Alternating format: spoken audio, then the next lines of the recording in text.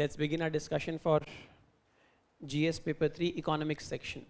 My name is Aditya. I'll take up these economics questions. There are 8 economics questions, 10 marks and 15 marks each. Let's quickly discuss them. If you want me to comment upon the nature of paper, meaning that whether it was easy, difficult, attemptable or not, I can't comment on that. It is a very subjective question to answer. It depends upon your level of preparation. If you have prepared well, you will be able to answer questions. Otherwise, you will not be able to answer the questions. As simple as that. Having said that, if you look at these 8 questions, I believe that they were all on the attemptable side. But that has been the case forever. If you look at mains questions, how many of you have given mains this year? Nobody? If you ask anybody who has given mains, mains के बाद सबका confidence बहुत ऊपर होता है. Everybody believes that मेरा paper अच्छा हुआ है मेंस देने के बाद. प्रीलिम्स में because the analysis is objective, therefore you are anxious or you are in some kind of a situation where you are not able to assess whether my paper was good or bad because you are getting some marks, and you don't get that much confidence. But after mains, everybody is fully confident that yes, हाँ मेरा तो हो जाना चाहिए, क्योंकि आपने ऐसा आपको लगता है कि आपने सारे सवाल अटेम्प्ट किए हैं, एटलीस्ट कुछ कुछ लिखा है आपने सब सवालों के अंदर.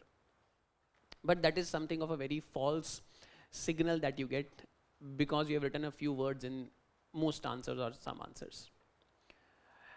To actually be able to get good marks in mains, your answers must be such that they force the examiner to give you more than average marks. You write something, you will get some marks. Not like prelims wherein you either get 1 or 0 or -1/3. It's you are going to get some marks. But whether you get substantial marks or not, meaning reasonable marks or not, good enough marks or not, that depends upon the quality of your answer. That depends upon your preparation. So even an easy question, even for an easy question, you may not be able to write a good quality answer. How do you write these good quality answers? For one, your introduction is extremely important.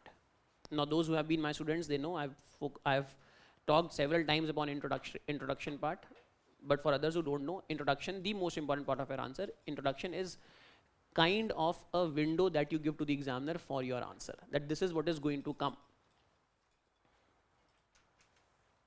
In your introduction, you tell the examiner that have you understood the question or not.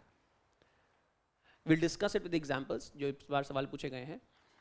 We'll discuss them with this part with examples. But if you write something which is redundant in the introduction, you are not going to impress the examiner.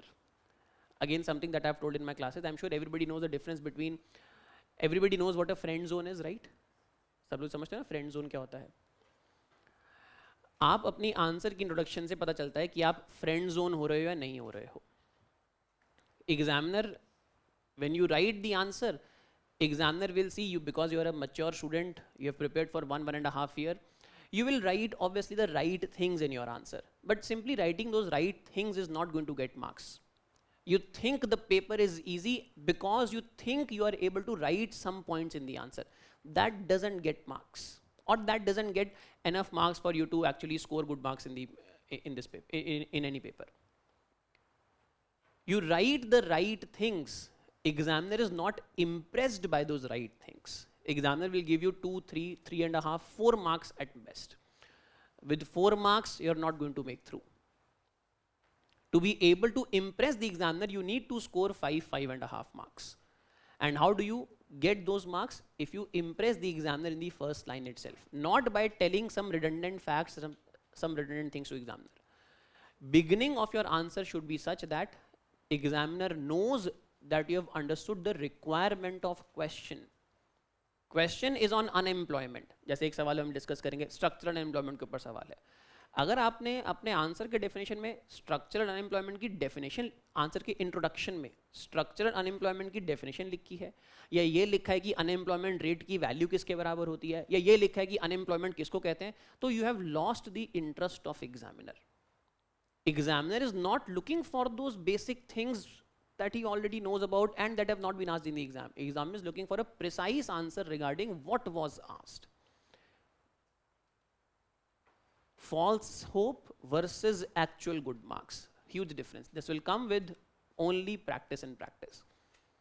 We'll see through these questions that what kind of answers you should have written so that you stand a chance of getting these extra 1.5 marks. 4 number तो आपके आ जाएंगे. आप अभी भी answer लिखोगे, जिन्होंने mains नहीं लिखा है, कुछ लोग हैं जो इस बार अभी प्रिपेयर कर रहे हैं, अगर आप अभी भी आंसर लिखोगे तो ट्रस्ट मी, अगर आपने 5-6 महीना भी प्रिपरेशन किया है तो आप इतना आंसर लिख दोगे कि आपके 4 नंबर तक भी आ सकते हैं. 3 नंबर तो सबके आ ही जाएंगे 10 में से, लेकिन 3 या 4 नंबर पे सिलेक्शन नहीं होगा. सिलेक्शन करने के लिए आपको 5-5.5 नंबर लेके, you have to get those 5.5 marks. That means you have to work for those extra 1.5 marks.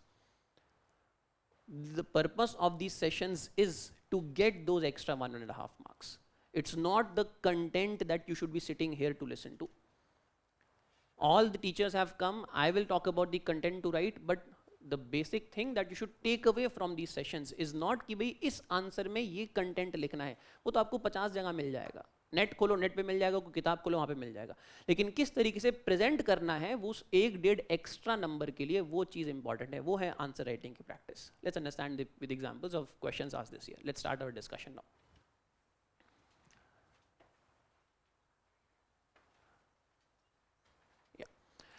First, some basics, number of questions that have been asked in economics. Generally, they were asking around 8 to 10 questions earlier. Since last many years, now they have asked 8 questions. Question 1 to 4 and 11 to 14 ये economics के होते हैं. Last year 9 सवाल पूछे गए थे. अब कई सालों से जो है 8 सवाल पूछ रहे हैं. 1 to 4 and 8 to 14. Regarding distribution with respect to topics, you see there is this big 47% chunk here. Which is this topic? Agriculture. Agriculture has the maximum weightage in your economics questions. Out of 8 questions, around 3 to 4 questions every year are from agriculture. तो 9 सवाल हैं, 9 में से 4 सवाल, 8 में 8 में से 3 सवाल agriculture के normally होते ही होते हैं. Now agriculture, I am classifying all those things which are mentioned in your syllabus as agriculture, which include cropping pattern, agriculture marketing, food processing industry, minimum support prices, direct indirect farm subsidies, e-technology in aid of farmers. I'm classifying all that as part of agriculture. Land reforms. Now, agriculture is such a broad topic that it is covered in some part economics. Those who are our students of past, they might know. Some part economics, some part geography, some part society, some part science and tech. Society or post-independence, जो land reforms वाला part है, and some part science and tech. So 4 different subjects are going to cover this topic. But yes, the questions are asked in this paper precisely, hence we discuss them in economics part. और वैसे भी paper 3 के syllabus का part है, तो यहाँ पे ज़्यादा सवाल पूछे जाते हैं. Apart from that, the remaining 50% of questions they are from topic growth and development, infrastructure, investment and industry, and budgeting और अनएम्प्लॉयमेंट. सो ये बाकी के सवाल हैं. Normally one question would be from budgeting part. One question every year is normally from employment part. You pick up last 10 years question, एक सवाल आपको हर साल employment पे दिखता ही है. इस बार भी है, last year भी था, पिछले साल भी था. हर साल आपको एक सवाल employment के ऊपर दिखेगा. But that question on employment, it may be a standalone question or it may be along with growth and development part. Inclusive development वाले part के अंदर भी employment के ऊपर पूछ लेते हैं. So there might be some kind of overlapping here. But yes, broadly speaking, this is the distribution of various broad topics, very broad topics. Growth and development, very important portion. That includes inclusive growth portion. That includes estimation of GDP, national income accounting portion. That includes sustainable development portion. That is growth and development part. Poverty, inequality, some questions asked from this particular topic. Then you have investment, infrastructure and industry. One question is usually there on investment models. Usually एक सवाल हमको investment models के ऊपर या फिर industrial aspect के ऊपर अब की बार भी है, या फिर इंफ्रास्ट्रक्चर के ऊपर मिलेगा. इन्वेस्टमेंट, इंफ्रास्ट्रक्चर और industry, from these 3 I's you will normally get 1 question. And then remaining you will find from budgeting and unemployment. Unemployment के ऊपर स्टैंड अलोन क्वेश्चन और बजटिंग के ऊपर stand alone question regarding let's say importance of GST और let's say classification of various items in the budget, revenue capital classification, or some new tax that government is introducing, some ways to finance its deficits. So normally one question is there from that portion also. Okay, so this is broadly the distribution of various topics. With this, let's start our discussion. Let's see what questions are there.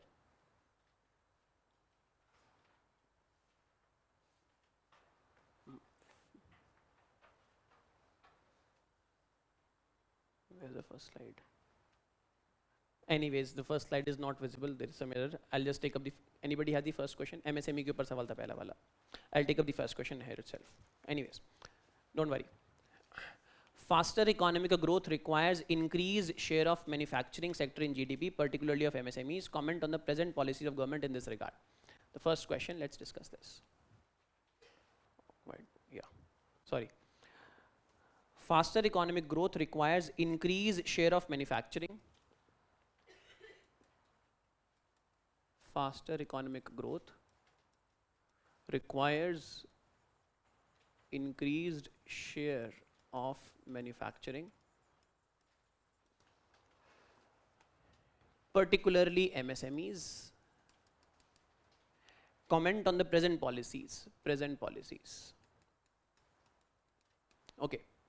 Okay. Thank you. Introduction. How do you begin your answer? What should you not write in the introduction? Faster economic growth requires increased share of manufacturing, particularly MSMEs. Comment on the present policy of the government in this regard. You don't have to write what does meant by the term MSME, that MSMEs are classified in this particular manner. You don't have to write importance of MSMEs in your introduction. Look at the question. You can write importance, but that is not the best way to start your answer. Question is, faster economic growth requires increased share of manufacturing. Meaning the examiner wants you to focus upon manufacturing sector as an engine of growth.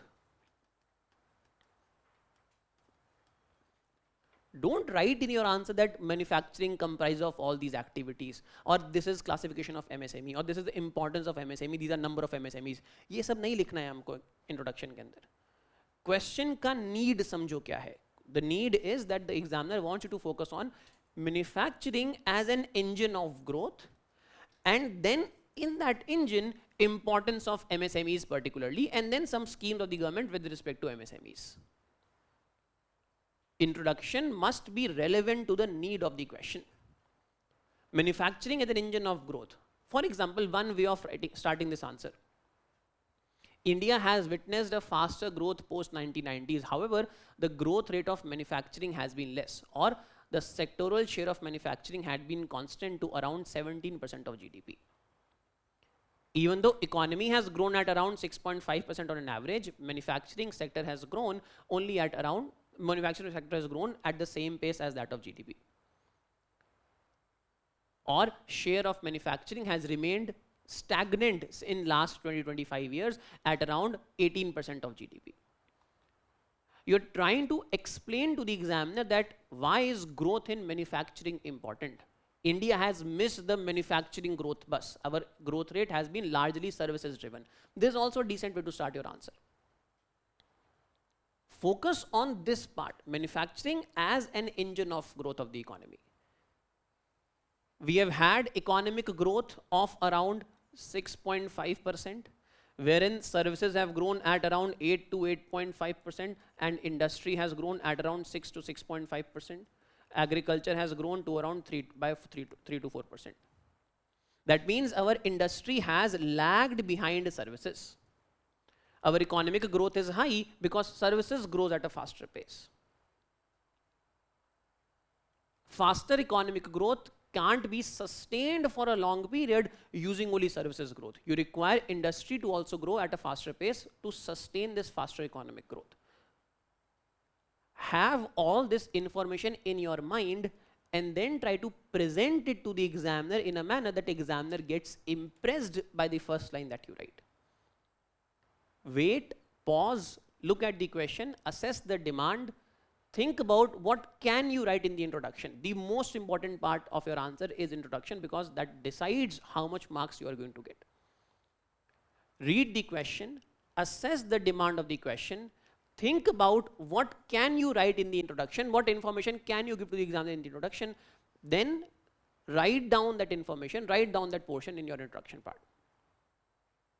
For example, in this case, now that you know all these things, examiner को ये सब statistics नहीं देना introduction के अंदर, paragraph के अंदर. Examiner को simple भाषा में बताना है कि manufacturing के engine का growth है, faster economic growth achieve करने का एक तरीका है. Simply write down this line in your introduction. Manufacturing is the most important engine of sustained fast growth. You're not explaining something to the examiner, you're introducing that you have understood the demand of the question. Question wants you to write about manufacturing as an engine of growth. Recognize this part, write down in the first line. Manufacturing is the most important engine of sustained fast growth.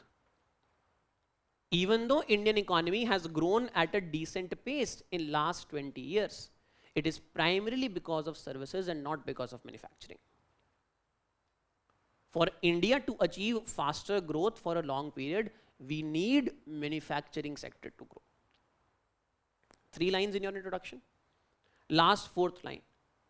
For a faster growth of manufacturing, MSME growth is necessary. You are now linking all these portions in a manner that examiner understands that you understand the question. This is how you express your understanding to the examiner. Introduction में कुछ ऐसी बात नहीं लिखनी चाहिए, कोई redundant fact लिखने की जरूरत नहीं है, कुछ एक्सप्लेन करने की जरूरत नहीं है एग्जामिनर को. इंट्रोडक्शन में केवल ये बताना है एग्जामिनर को that I have understood the question well.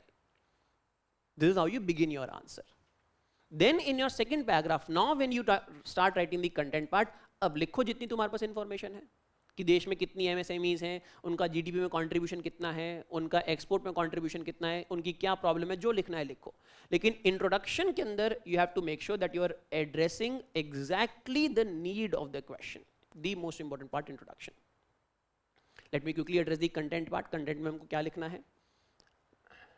Once you have given this starting to the examiner about importance of manufacturing for growth, and within manufacturing importance of MSMEs for growth. Once you have written this, now the next part becomes easy. You can give such stats. Manufacturing employs around 30% of population. Employment में लिख सकते हो. Manufacturing employs, there are various ways in which you can express this thing to the examiner. Manufacturing employs around 30% of population. Manufacturing contributes to around 20% of GDP. Its share has remained stagnant since last 30 years. Write these things, content part. MSMEs. There are around 7 crores MSMEs in the country. Around 95% are micro enterprises. For economy to grow, these micro enterprises must graduate to small and medium enterprises. Micro, small and medium. So we have got around 95% micro enterprises out of around 7 crore MSMEs that we have. तो लगभग सारी की सारी हमारी micro हैं. Economy को अगर grow करना है, मतलब फर्म्स को ग्रो करना है. फर्म्स को ग्रो करने का मतलब क्या हुआ कि माइक्रो को ग्रेजुएट होना है to medium and small enterprises. The proportion of micro enterprises has remained the same over long period of time. What does that reflect?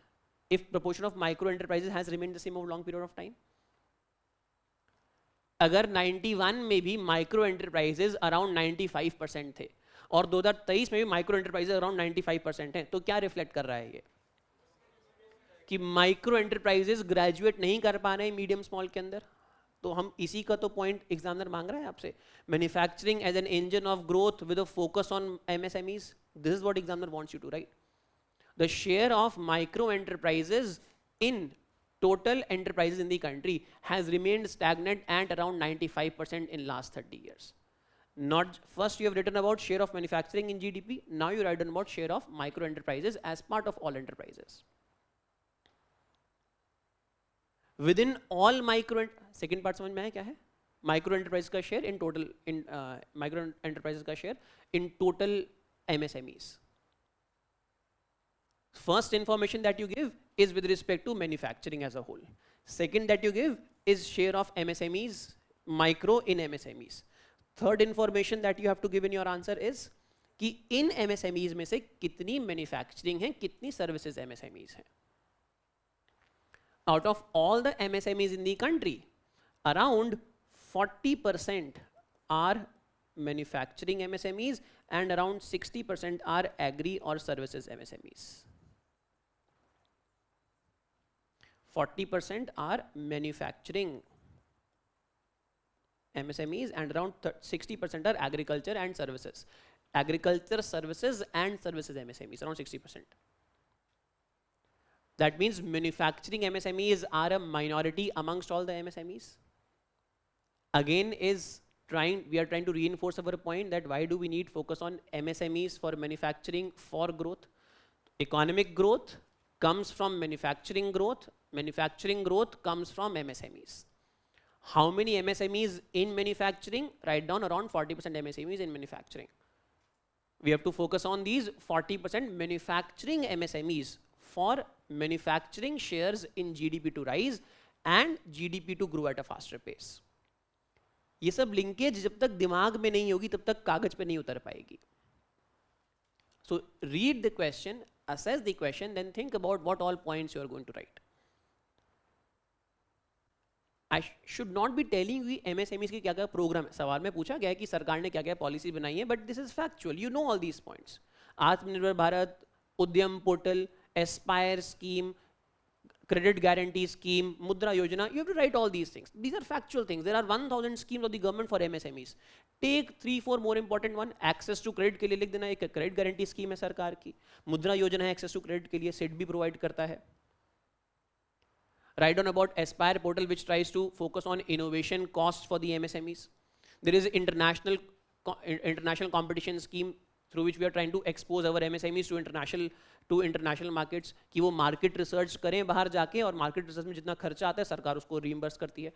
अब ये factual चीजें, उसके लिए आपको क्लास में नहीं बैठना है कि भी मैंने आपको बताया सरकार ने ये स्कीम चलाई है.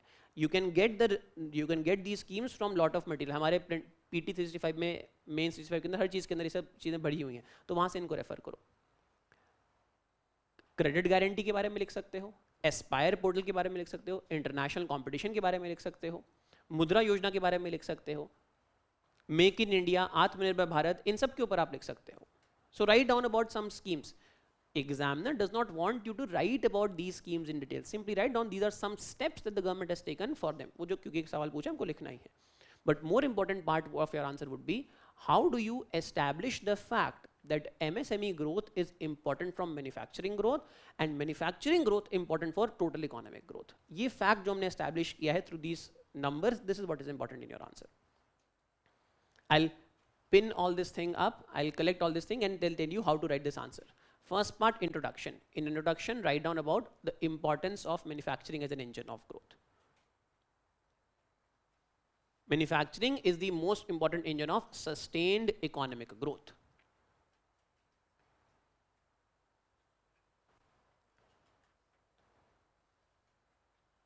In last 30 years, even though our economy has grown at a fast pace, the share of manufacturing has remained almost stagnant. Around 40% of manufacturing is contributed to by MSMEs. And therefore, MSME growth is an important element of manufacturing growth and thus total economic growth. The first part of your answer. Second part, particular focus on MSMEs. Give a subheading. Introduction के बाद एक subheading होगी आपके answer में. In that subheading, you will write down that importance of MSMEs for manufacturing. Subheading जरूरी है. Structure discuss कर रहे हैं, मैं दोबारा बोल रहा हूं, कंटेंट डिस्कस करने का कोई मतलब नहीं है, स्ट्रक्चर डिस्कस करें. कंटेंट आपको सब पता भी है, सब चीजें. Second part would be subheading where you write importance of MSMEs for faster manufacturing growth. Then give some statistics. Manufacturing contributes to around 20% of GDP, which has remained stagnant in last 30 years. Manufacturing employs around 30% of population. Within MSMEs, we have around 7 crore total MSMEs, out of which around 95% are micro MSMEs. Since the share of micro MSMEs has remained stagnant, that means MSMEs have failed to graduate from micro to medium or small. That means MSME sector has not grown.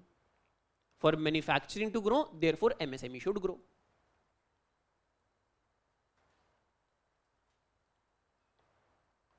Amongst all MSMEs, around 40% are in manufacturing. Therefore, we need to target these MSMEs which are in manufacturing in order for manufacturing sector to grow and thus Indian economy to grow.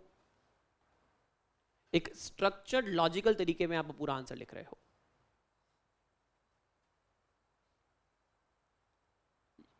Then next subheading would be constraints faced by MSMEs.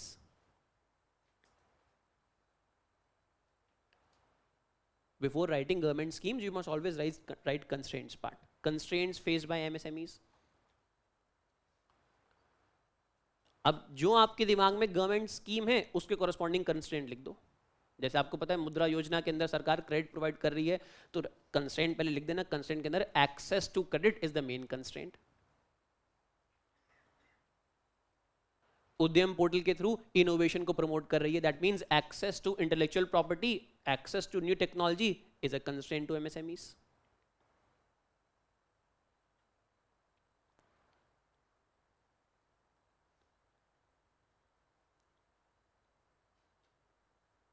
तो write constraints and then write down the steps taken by the government. Choose any steps. As I said, choose for example Mudra Yojana, credit guarantee fund for MSMEs, Aspire scheme. Sorry, Udyam नहीं, Aspire था वो जो मैंने बोला था, not Udyam. Aspire portal, innovation वाला Aspire portal और Aspire scheme. International competition. MSME is not exposed to international competition because market research takes cost, involves cost. Government says we are going to fund any kind of market research cost that you are going to incur. So write down the constraints that they face and then write down government steps taken to address those constraints. Right? Clear? सबको समझ में आया किस तरीके से हम structured answer लिखेंगे? Conclusion. Conclusion फिर सबहेडिंग नहीं लिखना कंक्लूजन की. कंक्लूजन क्या होता है? सिंपली एक क्लोजर लाइन होती है. You simply write a closure line. Examiner gets to know that your answer is complete.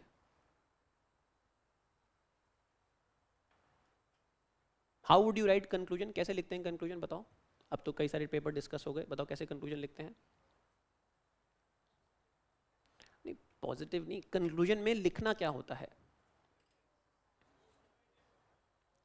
हाँ, इनोवेटिव. इनोवेटिव मतलब क्या होता है? कंक्लूजन का मतलब, कंक्लूजन में क्या नहीं लिखना होता है? कंक्लूजन में आपको ये नहीं लिखना होता है कि भाई what is some new thing that can be done. Don't write those new aspects in conclusion. In conclusion part, you have to write down that you have to simply summarize what you have written above and give that a positive twist. For example, in this case, simply write down that by taking the above steps and ensuring that timely credit is available to MSMEs, we can improve their potential of growth and their contribution to the economy. Simply write this point and that acts as a concluding line of your answer. There must be a closure also. Closure, केवल एक examiner को पढ़ते पढ़ते ये नहीं लगना चाहिए कि आंसर बिना किसी क्लोजर के खत्म हो गया है. एक लाइन क्लोजर की लाइन होनी चाहिए. That by doing this we are going to achieve this thing. That is how you close your answer. ठीक है? That is concluding part. Clear? Let's move on to the next question now.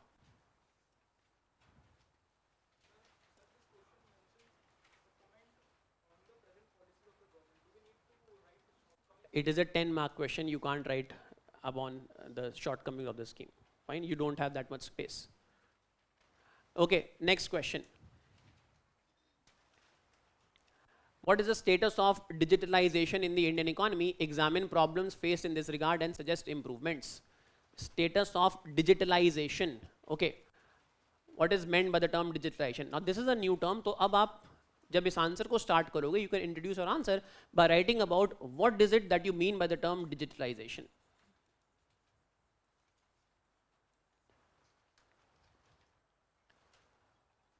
One way to start your answer is you write down what is meant by the term digitalization. You can write, for example, digitalization means faster adoption of digital technologies in various aspects of the economy, from health to payment to governance. Give such example. That is one way to start your answer. Digitalization means faster adoption of digital means in various aspects of economy. How do citizens interact with various service providers, including the government and private sector? When that transformation takes place, that is called as digitalization. So write down what is digitalization. Give some examples what is meant by the term digitalization.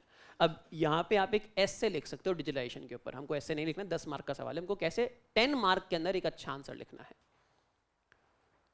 When you write status of digitalization, now this is something that was covered in our main 65 also. When you write status of digitalization, you should be writing, for example, what is the total number of payments that we do in digital ways, how many people, what is the tele density in the country, 93% tele density है. You should write about, let's say, different fintech startups that have come up. वो सब आप लिखोगे. लेकिन एक सबसे important चीज़ है जिसकी सबसे priority होनी चाहिए आपके आंसर में, सबसे ऊपर जो एग्जामिनर को दिखना चाहिए. How do you assess this status of digitalization of the Indian economy? You don't assess it simply by seeing that how many people are making digital payments. You don't assess this by looking at tele density. You don't assess it by looking at how many people are on social media or how much government services are being provided. ये तरीका नहीं है digitalization assess करने का. मतलब ये इकलौता तरीका नहीं है और ये बहुत अच्छा तरीका नहीं है digitalization assess करने का. When you look at status of digitalization, what it basically is asking you is to talk about digital public infrastructure.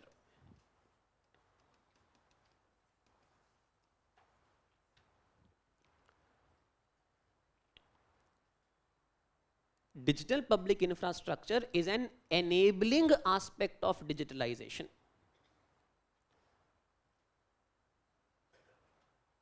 Government has built protocols, government has built infrastructure so that many fintech companies can come up. Government has built infrastructure or has made that infrastructure publicly available so that open network for digital commerce can come up, ONDC. Government has built payments infrastructure so that inter-country payments can be easily facilitated at a low cost. That is what digital public infrastructure is. That is what should be writing in digitalization का status in the country. Status of digitalization is, जैसे यहाँ पे हमने इतना कुछ लिखा हुआ है, Digital India by numbers. What is the cost of data? How has it fallen? How many telecom subscribers are there? How many, let's say, how many sessions through Diksha platform, learning platforms are being provided every day? Or for example, how much Aadhaar biometric authentication has been done, or how many vaccines have been administered by the CoWIN platform? ये सब supporting arguments हैं of your digitalization aspect. Main argument of digitalization that should be there in your answer is with respect to building digital public infrastructure. Government has spent a lot of resources in building this, making it available in an open network form, open source form. चलो अब discuss करते हैं कि answer कैसे लिखा जाएगा, structure क्या है. कंटेंट ब्रॉडली मैंने बता दिया है, आंसर का स्ट्रक्चर देखते हैं. Status of digitalization in the Indian economy. Examine the problems faced in this regard and suggest improvements. First is introduction. Introduction, write down about what is meant by the term digitalization. हमने लिख लिया है. Second part, give heading. अब यहाँ पे सब heading आएगी, status of digitalization. Status of digitalization. Write down here, digitalization status can be assessed by looking at the enabling infrastructure that government has built. Enabling infrastructure that has been built.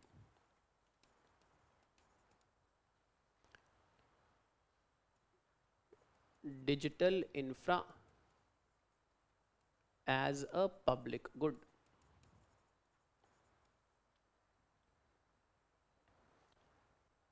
Government has built protocols, government has built standards, government has built digital infrastructure, which has enabled lot of startups, which has enabled government to provide information to citizens on a real-time basis, which has enabled government to carry out programs in a corruption-free, direct manner.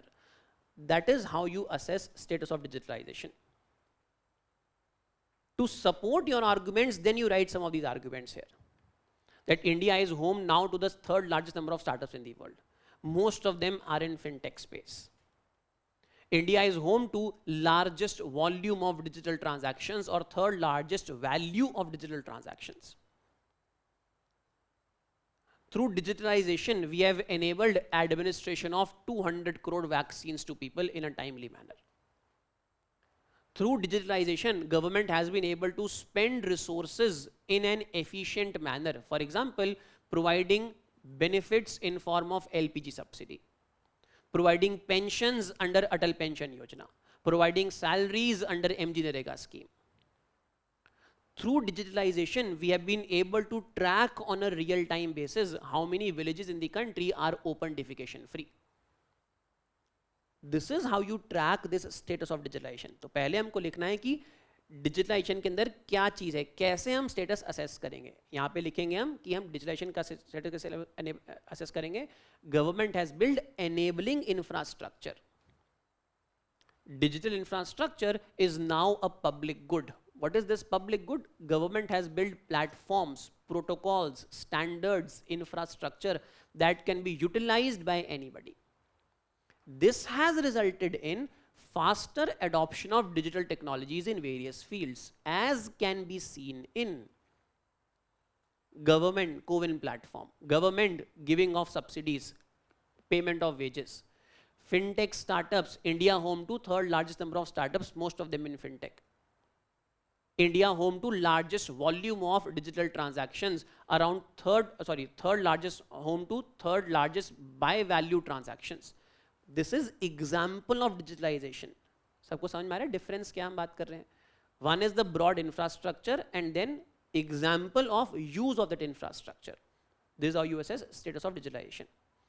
Then next subheading in your answer. देखो 10 marks का सवाल है, बहुत ज़्यादा content वो मत कर देना कि सब कुछ ही लिख देंगे यहाँ पे कि पूरे डिजिटल इंडिया के 9 पिलर्स लिख देंगे या फिर डिजिटल इंडिया बाय नंबर्स में आप ये सब चीज़ें लिख दोगे कि अलग अलग चीज़ें क्या हैं.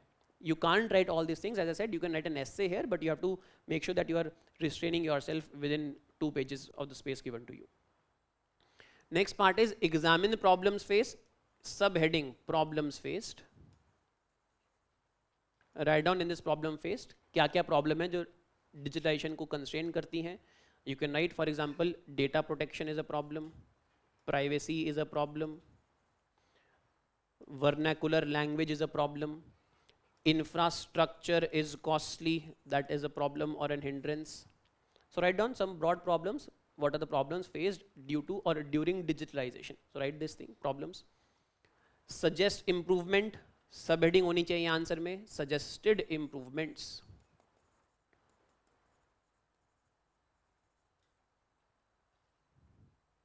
Suggested improvements. Write down what can be done for this thing. We can have strong local data protection laws. For example, as is mentioned in the data protection bill, local data will be stored locally. We can develop regulations in such a manner that people are not subject to cyber fraud, especially financial fraud. We can make sure that data is not utilized without proper authorization first hand. Development of technology by keeping local needs in mind, for example, development of them in vernacular languages. So you can give such suggestions here with respect to the problems that you have identified. तो यहाँ पे जो problems लिखी हैं उनके respect में solution है. ये नहीं होना चाहिए कि problem कुछ लिख रहे हैं, solution कुछ और लिख रहे हैं. हमने solution लिख दिया data protection, problem में लिखा ही नहीं हमने data privacy के बारे में. ऐसा नहीं होना चाहिए. Link होना चाहिए यहाँ पे. जो problem लिखी है उसी के corresponding कुछ solution आपको देना है. Fine? Easy question, easy to answer question. सबको समझ में आया क्या है? How do we write? Introduction, what is digitalization? Second subheading, status of digitalization. Write down that enabling infrastructure that government has built acts as a public good. Digital infra as a public good. Government has built standards, protocols, all these things, public infrastructure which has enabled faster adoption of digital technology in various means by the people of the country. This can be seen in the following way. UPI transactions, number of startups, CoWIN platform, transfer by the government, saving resources, corrupt-free transfer by the government, all these things. Status of digitalization. Then next, write down about issues that are faced. Write down these 3-4 issues, suggestions corresponding to the issue that you have identified. Clear? Concluding line होनी चाहिए answer के अंदर. Digitalization has the potential to act as a multiplier effect of economic growth.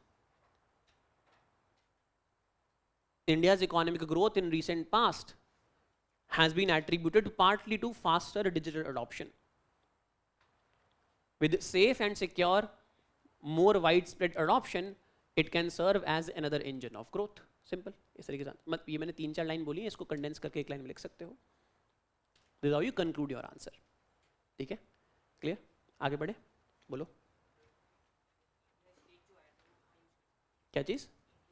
India Stack वही है, digital public infrastructure है India Stack. Digital public infrastructure है, API layer and network layer and API layer, software layer and the network layer. तो वो यहीं पे digital public infrastructure का part है इंडिया स्टैक. ये मीन्स 365 में. अब देखो मैं कंटेंट पे इतना फोकस नहीं कर रहा हूँ. I am assuming that you will be able to read the content on your own. I am focusing more on structure.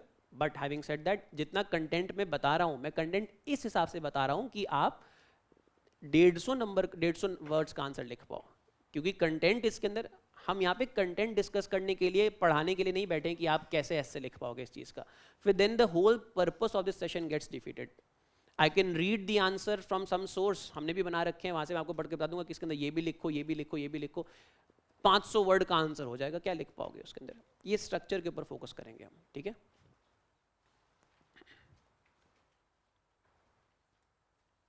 All right, next question number 3. How does e-technology help the farmers in production and marketing of digital agriculture of agriculture produce? E-technology in aid of farmers in production and marketing of agriculture produce. Explain it. Okay. One good approach that I think that you should adopt in writing this answer is कि आप यहाँ पे diagrammatic approach अपनाओ. Make a supply chain of various aspects of agriculture. For example, make it like this. Cultivation,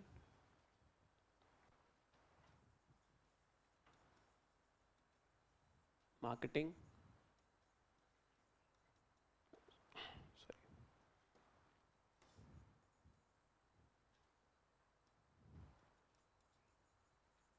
processing, post processing. One approach that you can follow is diagrammatic approach. यहाँ पे आप diagram बना के लिखो कि क्या क्या aspects. Make a diagram like this, a flow chain, supply chain like this, and then write down what aspects can be covered by this e-technology, can be held by e-technology. So various aspects of cultivation. You can write, for example, यहाँ पे आप लिखो cultivation में availability of information, decision support, availability of credit,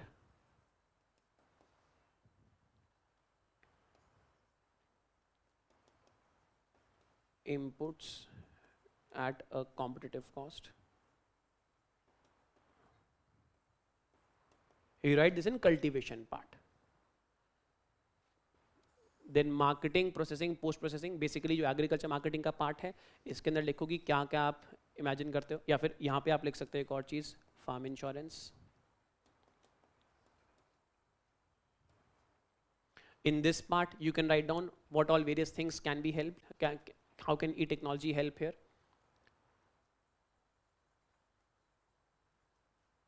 Better access to traders, fair price, information about storage, advanced information about future prices,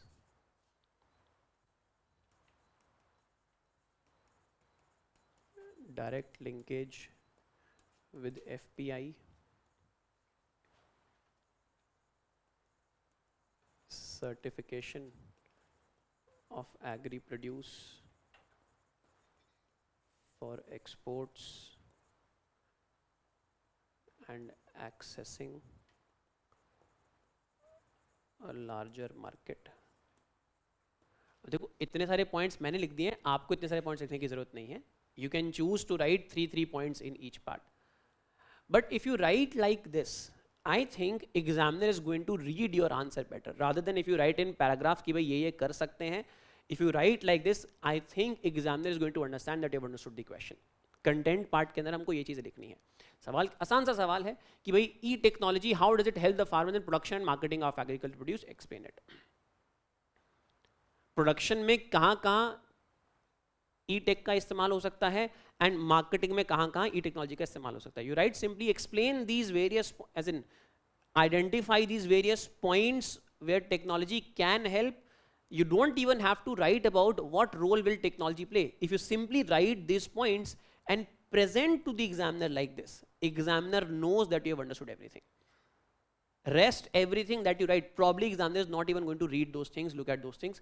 Examiner knows आपको exactly सवाल में जो पूछा है आपको पता है और आपने उसको एड्रेस कर दिया है यहाँ पे.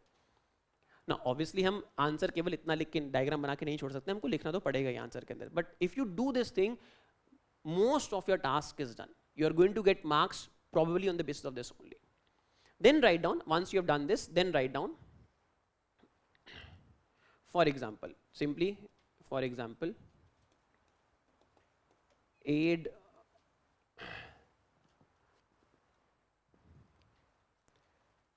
aid to farmers through e-tech, e-technology. अब now यहाँ पे आप एक एग्जाम्पल दे दो. Write like this, as in separate the cultivation part from marketing part. Exam में पूछा है, सवाल में पूछा गया है प्रोडक्शन एंड मार्केटिंग पार्ट, तो प्रोडक्शन पार्ट मार्केटिंग पार्ट आपने सेपरेट कर दिया. नाउ आप give an example simply that what is it that you are going to do, what examples are you going to write here. Cultivation के अंदर लिख लो, for example through access to information about weather in advance, farmers can take better cultivation decisions. Through precision farming, farmers know which area of their crop requires what inputs. Through digital soil health cards, farmers know which nutrients are missing in their soil or what kind of treatment is required for their crop. So give these as examples. जब यहाँ पे example लिखोगे तो फिर ऐसे 1 2 3 करके example लिखना. So write 3 examples each for the cultivation part, production part and marketing part. जैसे I have given example, I'll repeat. You can write examples of e-technology में access to weather information and timely manner can help the farmer to assess which crops should be grown, helps in taking cropping decision. Precision farming helps the farmer to know which part of his crop requires what kind of treatment or what kind of input. Digital soil health cards, accessing them, farmers can get to know what nutrient is missing in their soil and hence can take better decisions. So e-technology in aid of farmers. एक और point लिख दो. Through direct benefit transfer in fertilizers, more farmers will be able to access fertilizer subsidy and hence government can provide benefits in a more efficient manner. Again, technology in aid of farmers. Then give example of marketing activities. Marketing में कैसे e-technology help कर सकती है. E-NAM का example तो देना ही देना है ना. E-NAM हमने पहले ही पार्ट लिखा है. Better access to traders for a fair price. Through E-NAM, farmer can access larger number of traders and hence expect to sell his produce at a better price. E-NAM का example हमको देना ही देना है. Then give other examples. For example, farmers can get to know about through various portals. UPL ने एक portal बनाया. UPL एक fertilizer की company, काफी बड़ी company है. UPL has made a portal through which farmers get access to knowledge about where are fertilizers available, when will fertilizer be available in a particular district. Farmers can get to know about that part. FCI का portal है through which farmers get to know that where is storage available. You know where is storage, hence you can store your produce at that point. आपको इधर उधर भटकना नहीं पड़ेगा. You know that where you can store your produce. E-technology in aid of marketing and processing, post processing activities. Through e-technology, you can get to know about single window clearances of getting your produce certified. I know that if I have to get my produce certified from FSSAI or Ministry of Pharma, Ministry of Agriculture, there will be many processes involved. If there is a single window clearance process, I can get my produce certified and make it fit for exports. That means I get access to broader market also, marketing opportunities. Is it clear? Straightforward सवाल है. इस सवाल में presentation is what matters more. How do you write the answer? First, how does e-tech help the farmers in production and marketing of agriculture produce? Introduction part. Agriculture has started to adopt technology of late. As a result, we are seeing many farmers who adopt technology grow at a faster pace. Incomes of farmers grow at a faster pace because of adoption of technology. In this regard, a broader adoption can accelerate agricultural growth in the following manner. Then draw this diagram, show what are the various aspects of various points where technology can help, then give a subheading examples, then in examples write down three examples each, four examples each, whatever you want to write, ki how will technology help the farmers in production part, how will technology help the farmer in marketing part. Production part में write down about, for example, access to weather, better production decisions, precision farming, soil health card, इनके बारे में लिख सकते हो. You can, if you want more content, you can write about access to credit. You can write down about direct benefit transfer in fertilizers. You can write more points. But हाँ, फिर हमारा answer 10 marks का नहीं रहेगा, हमारा answer फिर 20 number का हो जाएगा. If you do this, you are going to fill your 2 pages and you will be able to conclude well then. ठीक है, ये हमारा होना चाहिए. Again, we are focusing on the presentation structure part of the answer. If you do this, definitely you are going to get more marks as compared to simply writing in big paragraph कि ये हम कर सकते हैं. Examiner को exam पढ़ेगा भी नहीं उस केस के अंदर. This is a better way of presentation. Right? Clear? आगे बढ़े. चलो.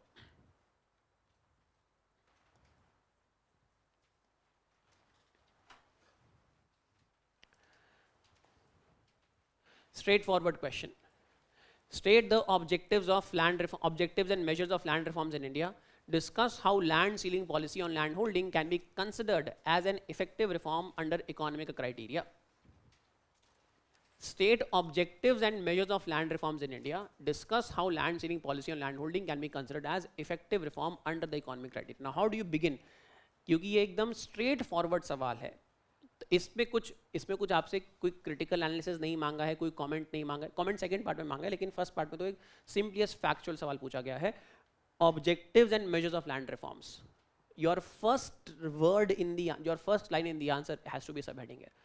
Hit the bullseye in the very first line itself. Start your answer by simply giving a subheading, objectives of land reforms. दिखना चाहिए examiner को, objectives of land reform. Next subheading, measures of land reform. Measures of land reform. ये structure होगा हमारा answer का. If you want to write one line introduction, you can write, certainly you are free to write. You can write one line, for example, post independence, land was highly inequitably distributed and hence land reforms were taken by the central government as a priority measure. इस तरीके से लिख सकते हो, but that is not adding any value. You can write, if you want to write, you can write that line. I'll repeat. You can write an introduction in this answer. I would not prefer to write an introduction. I would simply write in the first line itself, simply subheading दूंगा, लिखूंगा क्या objective of land reform थे. आप लिख सकते हो simply post independence because land was highly inequitably distributed, therefore government had land reforms as a priority agenda to pursue through policy measures. You can write this thing. Clear? Objective क्या थे land reforms के? सबको मालूम है, बताने की आवश्यकता नहीं होनी चाहिए. फिर भी broadly speaking objectives were, let's say, equitable distribution. ये हमारा पहला objective था, equitable distribution.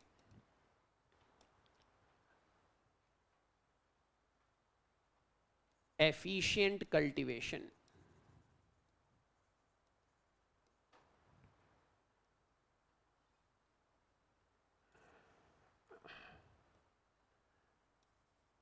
Land rights to the landless.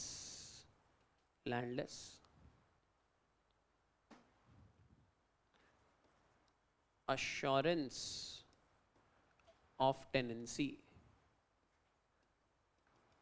to tenant farmers.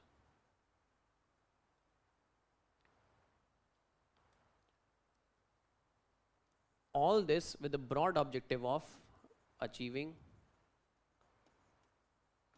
faster agriculture growth, hence increasing farmers' incomes and making the country self-sufficient. सबको मालूम है, इसमें बताने की आवश्यकता है नहीं कुछ, but you know what are the objectives. Objectives of land reforms, again, I am telling this to you because it is my duty to tell to you, but you know all these objectives. What were the objectives of land reforms? Broadly, we took land reforms with these objectives. Broadly, this objective, specifically these objectives. Broadly, the objective was that we want to achieve a faster agricultural growth, hence faster improvement in farmers' income, as well as assuring that the country becomes food secure. We have food security problem, become self-sufficient in food. That was a broader objective. Specifically objective क्या थे land reforms के? Specifically objective was we should have a equitable distribution of land. We should have an efficient or optimal cultivation pattern. We should have land rights for the landless, and we must have assurance of tenancy to the tenant farmer. That means they must not be kicked out at will by the owner, by the landowner. There must be assurance of tenancy. ये हमारे broad objectives of land reforms थे. I'll repeat, objectives, give us subheading, objectives of LR, write down achieving faster agricultural growth, hence improving farmers' incomes, along with making the country self-sufficient in food grain. That was the broader objective, which was sought to be achieved through this equitable distribution of land, improving the efficiency of cultivation of Indian farms, land rights to the land, to the landless, and assurance of tenancy to the tenant farmer. ये हमारे objectives of LR थे. Next subheading, measures of land reform. What measures were taken? यहाँ पे write down about specific measure. For example, write down about Zamindari Abolition Act. उसके बारे में लिख सकते हो. Write down about Land Ceiling Act, Zamindari Abolition. Write down about Land Ceiling Acts. of various states, consolidation of scattered land holdings,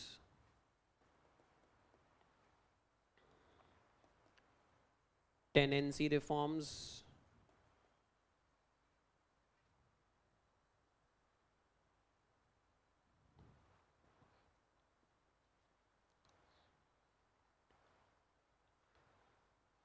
land being a state subject, it was the states that pursued these acts or these measures. The major measures taken were, major measures of land reforms were abolition of zamindari system, land ceiling act in various states, consolidation of scattered land जिसको बोलते हैं rememberment, tenancy reforms to make sure that the tenant farmer enjoys rights on the farm, is not kicked out at will. These were the measures taken with respect to land reforms. So clear subheading होनी चाहिए objectives of LR and measures of LR in the country. Discuss how land ceiling policy can be considered as an effective reform under economic criteria. Now this is a little bit difficult question. How can land ceiling policy on land only be considered a effective reform on under economic criteria? You simply don't have to write positives of land ceilings and negative of land ceiling. ये नहीं लिखना है answer में. Answer की approach या answer का जो structure होगा वो ये नहीं होगा कि लैंड सीलिंग के पॉजिटिव्स क्या थे, लैंड सीलिंग के नेगेटिव्स क्या थे. हमको ये नहीं, इस तरीके से आंसर नहीं लिखना है. Pros and cons, positive negative, इस तरीके से आंसर अप्रोच नहीं करना है. Question is discuss how land ceiling policy on land holding can be considered as an effective reform under economic criteria. Is it an effective reform under economic criteria? So first you have to write down in the answer that what is considered as an effective reform under this economic criteria. Which kind of reform would you consider to be effective?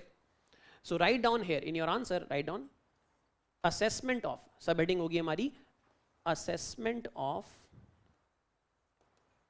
land ceiling policy. Assessment of land ceiling policy. This give this subheading. Write down land ceiling can be considered as a success if land ceiling results in improvement of farmers' income, increase in agricultural production. Land ceiling क्यों है? Land ceiling क्यों है? क्योंकि हमको equitable distribution of farming land करना है. सवाल में क्या पूछा है कि क्या ये इकोनॉमिक क्राइटेरिया के ऊपर एक एफिशिएंट रिफॉर्म, इफेक्टिव रिफॉर्म है कि नहीं है. आंसर में ये दोबारा सुन लो अच्छे से, आंसर में ये नहीं लिखना है कि land ceiling results in equitable distribution of land, hence it is an effective reform. अब आप एक रिकर्सिव रेफरेंस दे रहे हो यहाँ पे कि land ceiling results in equitable distribution, therefore it is an effective reform. No, that is not what is asked. What is asked is land ceiling an effective reform under economic criteria? So you give us a subheading, write down that assessment of land ceiling laws on economic aspect, whether they have been effective or not. Assessment of land ceiling laws on their economic effectiveness. Write down in your answer first, when do you consider something to be economically effective? So in this part write down, जब ये लिखोगे subheading दोगे उसके बाद लिखो land ceiling laws were undertaken for equitable distribution, taken for equitable distribution. However, whether they are economically effective or not, however, whether they are economically effective or not can be assessed by looking at whether agri incomes increased, whether agriculture production increased. Write down the criteria that you will use to judge whether these reforms have been economically successful. Don't write in your answer they were meant for equitable distribution, hence they are successful. नहीं, ये नहीं लिखना है. Write down that they are meant for equitable distribution, but to judge their economic effectiveness, this is what we are going to do. Whether agriculture incomes increased, whether agriculture production increased. For this, if you had specific knowledge, तभी आपको marks मिलेंगे यहाँ पे. अगर आपकी वेग knowledge है तब एटलीस्ट इतना लिखना तो आपको पड़ेगा ही. अगर आपको नहीं पता है, listen carefully, if you don't know that whether land ceiling laws result in, if you don't have any data that whether they have resulted in increase in agriculture incomes or agriculture production, then you will write only a vague answer. But at least write that vague answer in this structured manner कि आप कम से कम ये तो लिखो. अगर आपको specific data पता है कि कैसे एग्रीकल्चर इनकम बढ़ी, एग्रीकल्चर प्रोडक्शन बढ़ा, then it's well and good.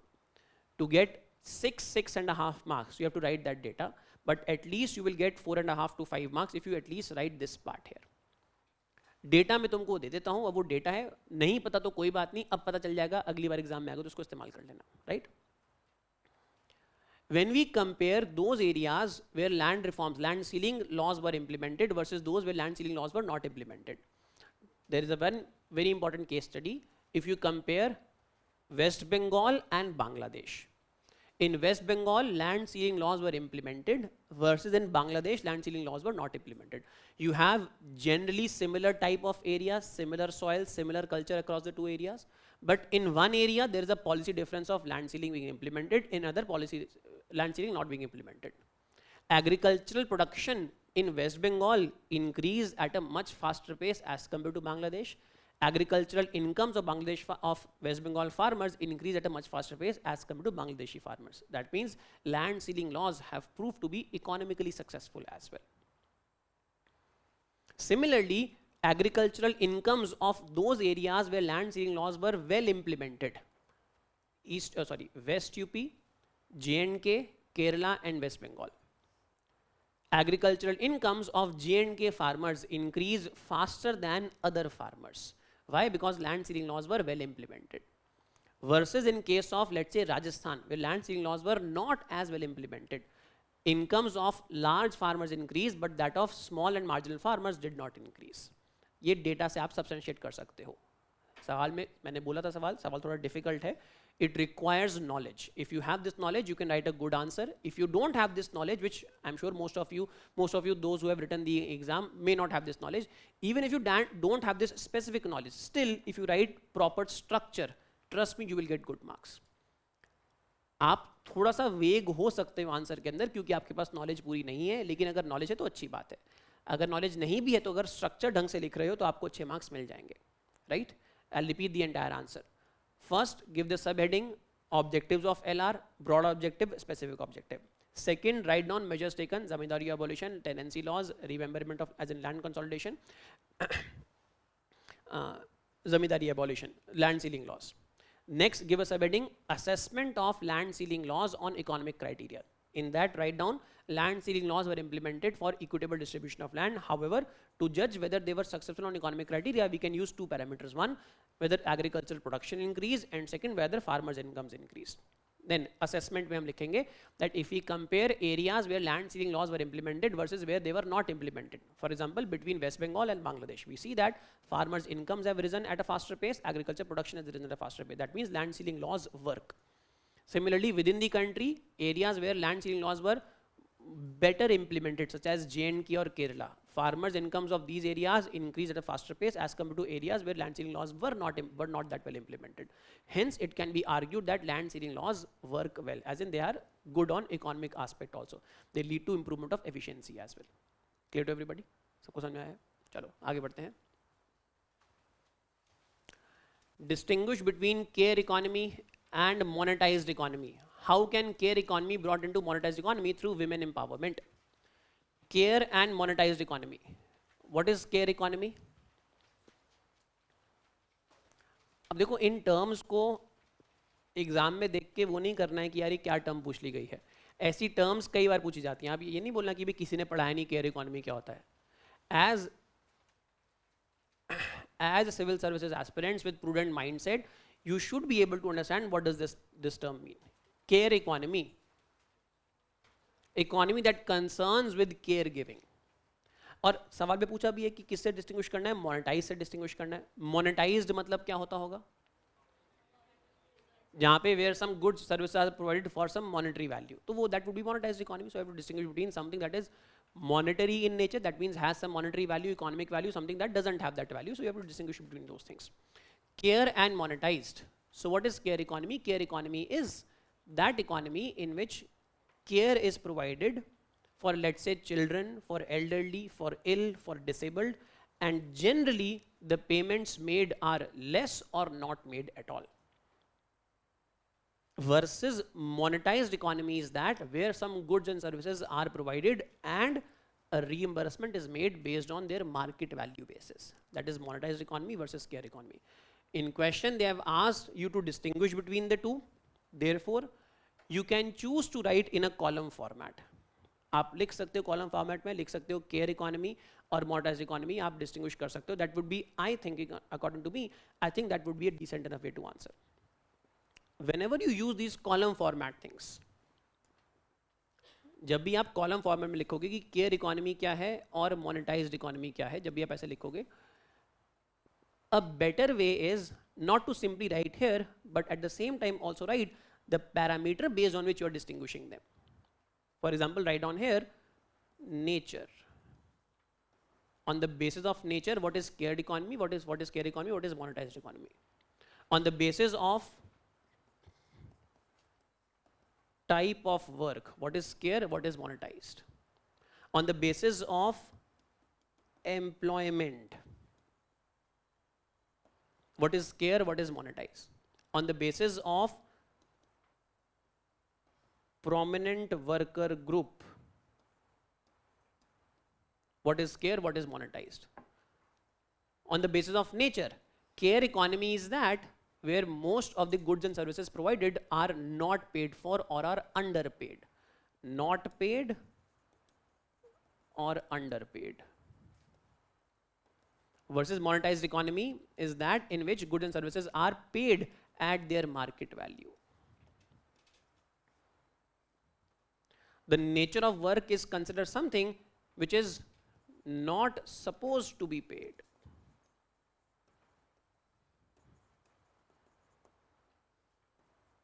Things that money can't buy.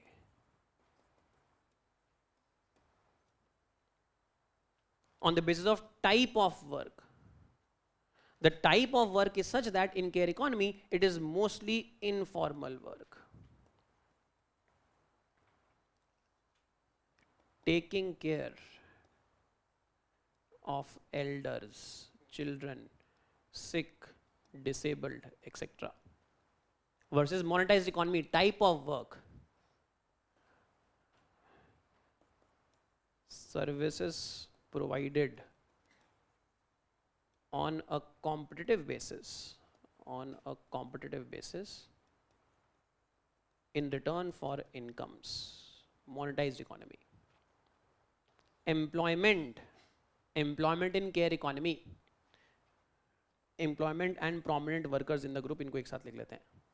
Employment and prominent workers in the group. Informal work है, most of the people who are working are, let's say, children, women.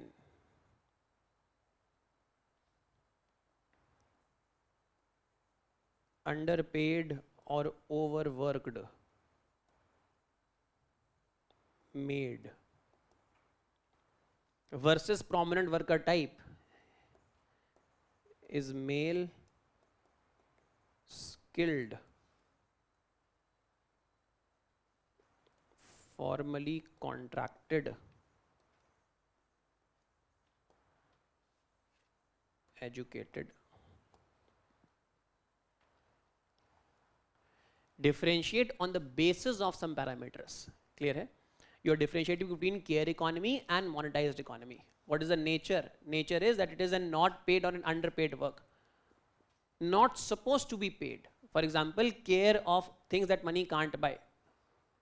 Versus monetized economy, something that is exchanged at a market value. You provide some good or service and you get a market value for that. Monetized economy. Type of work, it is informal work that involves taking care of parents, elderly, children, sick, disabled.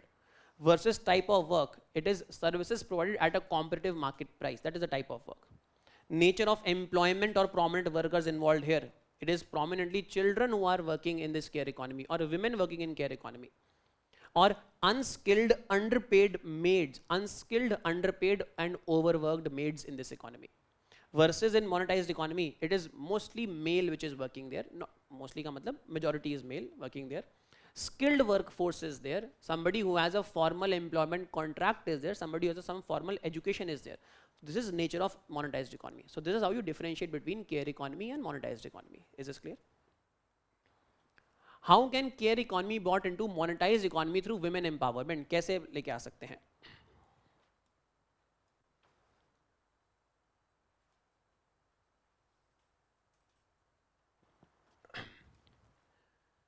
You have got different aspects of care economy: early childhood education, social work, healthcare services, care for disabled and elderly.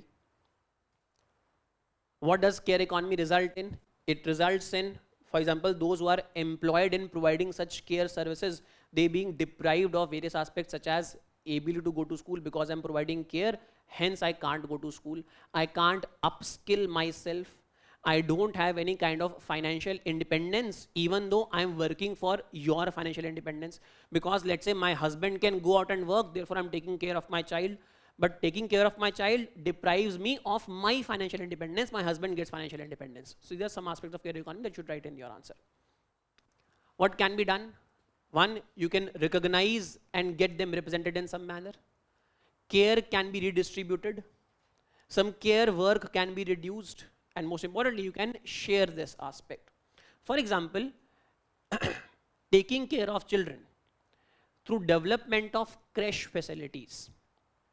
Creche facilities which take care of children on a monetary basis. You are converting something that was unpaid for now in a paid manner. For example, आपको एक formal creche में बच्चे को नहीं डालना है. But what can happen is a kind of sharing system can develop wherein people contribute some resources and say that on a weekly basis, on a rotational basis, we are going to take care of each other's children. कि आज 7 families हैं, 7 के छोटे छोटे बच्चे हैं और rotational basis के ऊपर वो सब बच्चों की केयर करते हैं, and for that they have contributed a fund for that. Now that work that was care work is now getting monetized in some manner. Why? Because now there is a contributory care economy now. So through this you can transition care economy into monetized economy. Maternity benefit leave to women. You provide maternity benefit leave, as a result of that now for 6 months you're getting paid. Technically you are not working in the field, but at the same time you're working for, let's say, the country, the nation, or the family. You're working for them, so that means you are getting paid for that. Making maternity benefit leave gender neutral, that is also another point that you should write. Right now only women get 6 months of paid maternity leave. What if that was gender neutral? For example, men can also get that leave.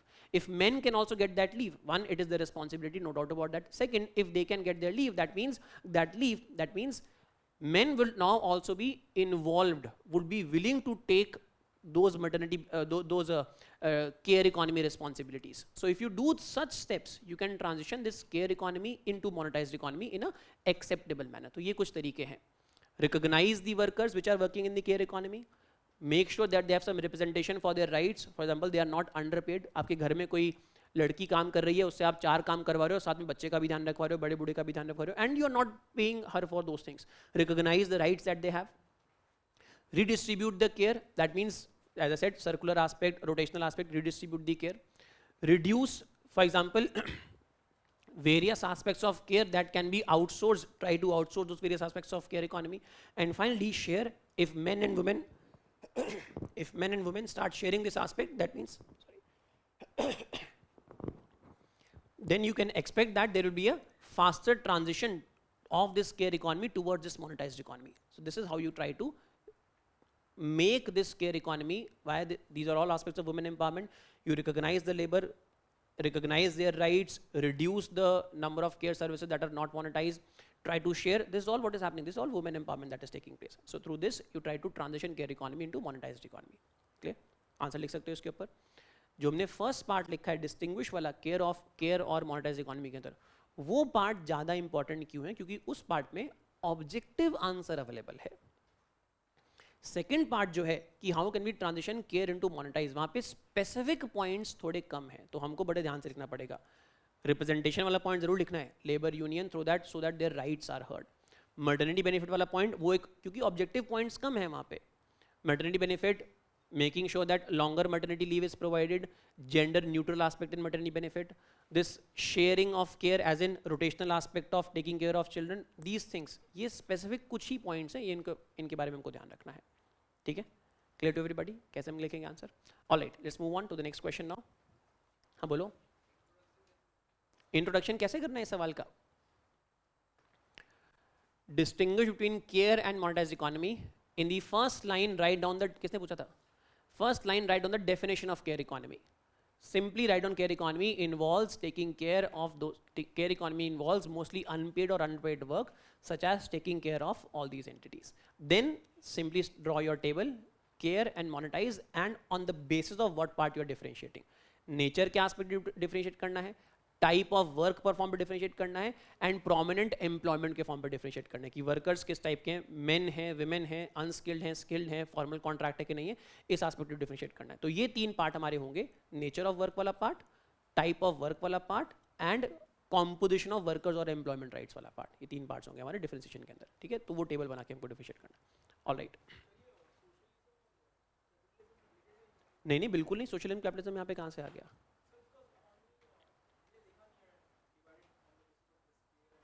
नहीं, this is nothing to do with socialism and capitalism. This is simply recognizing the social dynamics of the society. GDP में हम पढ़ते नहीं है कि what are the various things that are not part of GDP. This is basically care economy not part of GDP. Things that can't be monetized, जिनकी कोई monetary value नहीं है, वो GDP का part नहीं है. तो care economy gets underrepresented here. You can write these points, लेकिन फिर वो बड़ा आंसर हो जाएगा. You can एक लाइन लिख देना आंसर के अंदर कि care economy comprises of care economy comprises of unpaid or underpaid work, and as a result of that, these things don't get recognized in GDP of the country. In countries, अब ये कुछ additional information आप use कर सकते हो, जाओ तो use कर सकते हो. कल ही की वर्ल्ड बैंक की रिपोर्ट है, कल ही वर्ल्ड बैंक के जो चीफ इकोनॉमिस्ट है इंडिया के लिए, उन्होंने बोला है that if India brings in 1% more women into workforce, labour force, then Indian economy is going to grow by additional around $90 billion. So what is that 1% workforce that he's talking about? He's talking about transitioning this care part into monetized part. America में there is a concept of babysitter, nanny जो होती हैं, versus India में that is not that such a developed concept. Therefore America में भी वही service है, India में वो सर्विस नहीं है. अमेरिका में वो जीडीपी का पार्ट है, इंडिया में जीडीपी का पार्ट नहीं है. क्या इंडिया में बच्चे को पैदा होते ही धकेल दे रहे हो आप बाहर सड़क के ऊपर? ऐसा तो नहीं कर रहे हो ना.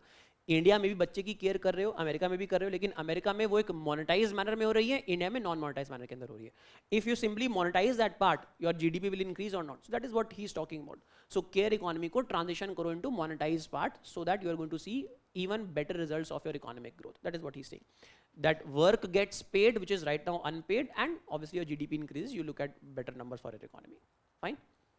हाँ जी, लिख सकते हो. सेल्फ हेल्प ग्रुप्स का रोल इसके अंदर लिख सकते हो, क्योंकि वुमेन एम्पावरमेंट के ऊपर पूछा गया है. There is a specific aspect of women empowerment. You can definitely write that part. Yes, women empowerment via self help groups.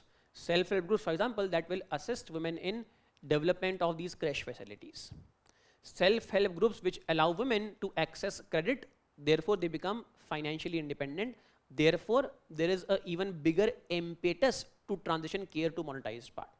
अगर women, think about it, अगर एक women housewife है versus एक women कहीं कुछ काम कर रही है, if you are working somewhere, that means your transition from care to monetize is going to be faster. If you are not working, you are going to remain stuck in that care part, that is non-monetized part. So self-help groups का role वहाँ पे आ जाता है. So write about that part. Good point. Write down about that part in your women empowerment portion.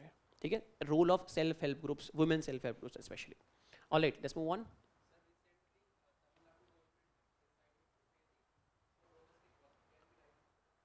Paid domestic. Certainly वो steps हैं, लिख सकते हो डेफिनेटली, बिल्कुल उसमें कोई गलती नहीं है. आप एग्जांपल लिखो कि तमिलनाडु गवर्नमेंट ने डिसाइड किया कि हम डोमेस्टिक वर्क को पे करेंगे, बट उसको केवल वहीं पे रोक देना. वो जो पॉलिसी पर्टिकुलरली है उसका काफ़ी नेगेटिव एनालिसिस भी है, because when government does these things it leads to the employer underpaying you. Then जब सरकार आपको पे कर रही है तो इसका मतलब एम्प्लॉयर अंडर पे करेगा ना. Think of it like tip. हम रेस्टोरेंट में अगर टिप देते हैं, जैसे इंडिया में tipping culture is not that well developed, America में it's well developed. Because tipping culture is well developed, therefore all that restaurant staff in America is highly underpaid, versus in Europe they are well paid. Similarly, if government gives you, government says that we are going to make payment to you for the household work that you do, that means the household जहाँ पे आप employed हो वो आपको कम पैसे देगा then, because you are getting benefit from the government. So that results in the effective pay that they get. और जो सरकार से पैसा मिलेगा उसको obtain करने में काफ़ी मेहनत है, काफ़ी hindrances होंगे उसमें. तो बस एग्जाम्पल देके रोक देना वहाँ पे, दैट तमिलनाडु गवर्नमेंट ने इसको रिकॉग्नाइज करने की कोशिश करी है. ठीक है, good point, good point. Okay, next question. Explain the changes in cropping pattern in India in the context of changes in consumption pattern and marketing condition. This is a vague question for which it is easy to write a general answer, impossible to write a specific answer. I can't write a specific answer for this question. I can only give examples, but I can't substantiate examples with data. I can only give examples here. I've tried to look for data. Our team tried to look for data, but we could not find any specific data here. So, looks easy, but is actually difficult. We have tried to look for data a lot. We could not find data. But we can give you generic examples so that you are able to write a decent enough. अच्छा answer तो लिखवा देंगे आपको, लिख भी लोगे आप इसके अंदर, इतना मुश्किल नहीं है. लेकिन स्पेसिफिक डेटा सब्सटेंशिएट करने के लिए हमको नहीं मिला. क्या नहीं मिला मैं आपको बता दूंगा. Explain the changes in cropping pattern in India in the context of change in consumption pattern, marketing condition. How do you begin your answer? You may write about what is meant by the term cropping pattern, but that is not a very good way to begin the answer. जैसे मैं बोलता हूँ कि definition लिखने की जरूरत नहीं है आंसर के अंदर. Simply address what has been asked. कि changing cropping pattern का मतलब क्या है? Simply write down that cropping pattern depends upon various factors. Most importantly, upon the demand of the population and the marketing conditions in the economy. सवाल में भी यही पूछा गया है कि क्रॉपिंग पैटर्न कैसे डिमांड या कंजम्पशन पैटर्न के थ्रू और मार्केटिंग के ऊपर कैसे चेंज, मार्केटिंग की वजह से कैसे चेंज कर रहा है. So simply write this thing, cropping pattern begin first line of answer, begin answer like this, that cropping pattern depends upon various factors such as demand in the economy and the marketing conditions in the economy, agriculture marketing infrastructure in the economy.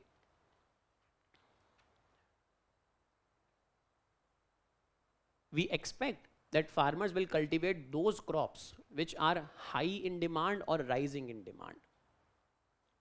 At the same time, ability of farmers to market their produce and get remunerative benefit for that also plays a big role in determining the cropping pattern.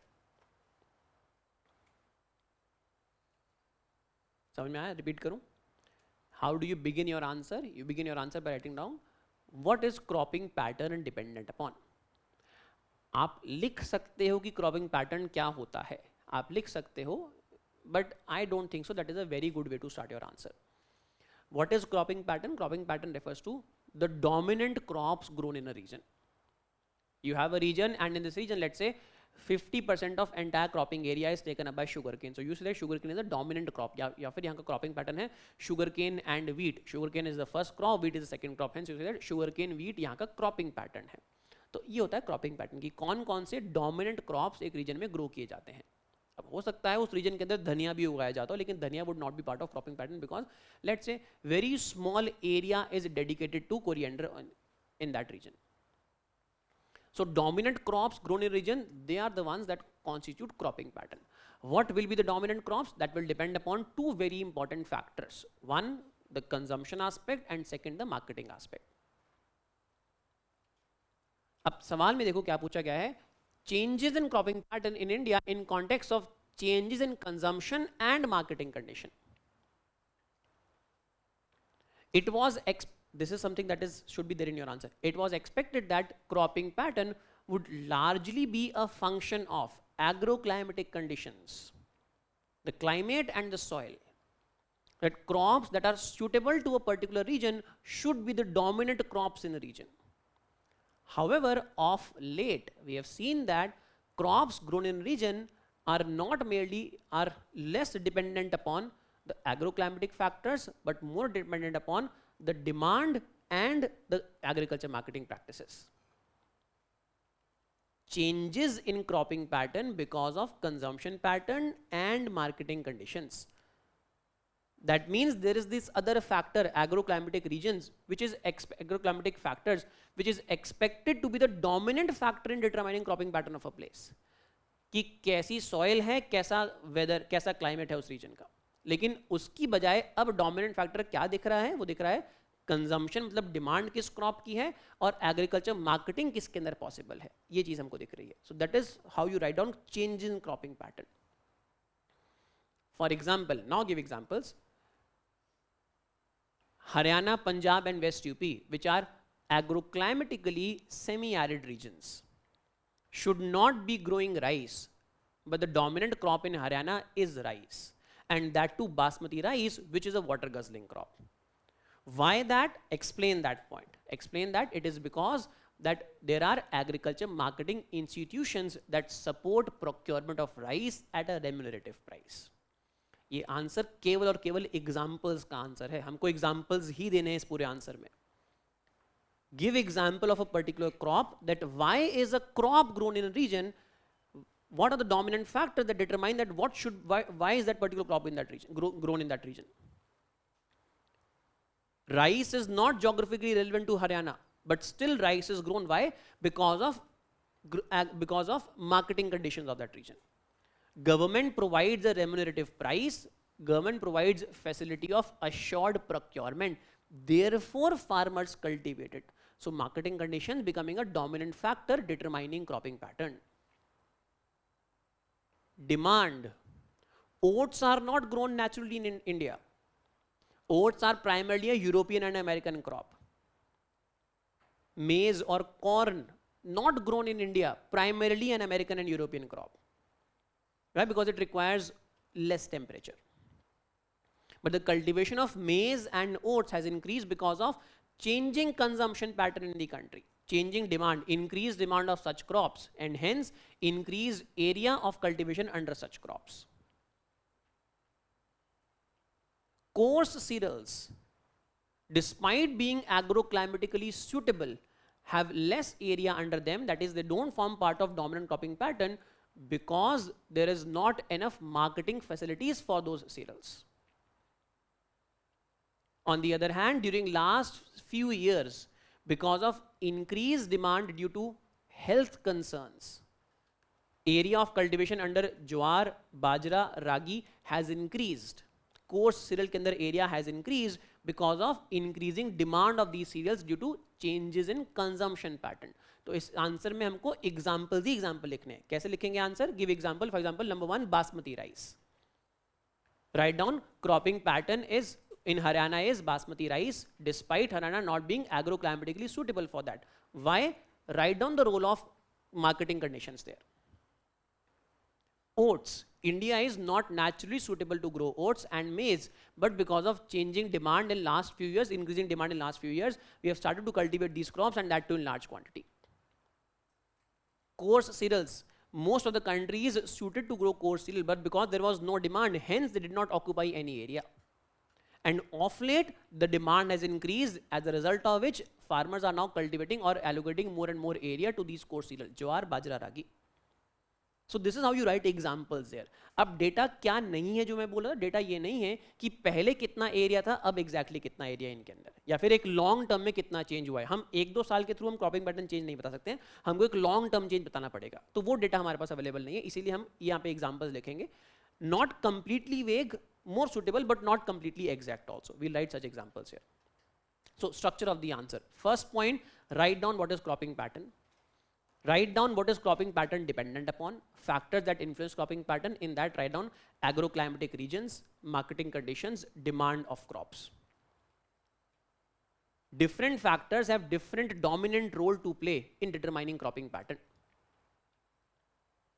It is expected that agroclimatic region would be a dominant factor, but of late we have seen that marketing conditions and demand of the good are also playing an important role. For example, then write down example के तौर पे, first basmati rice, second oats and maize, third let's say coarse cereals. You can write about other aspects such as potato के बारे में लिख सकते हो. Demand of processed food has increased. For example, chips has increased. That means more and more farmers in Gujarat are now cultivating potatoes.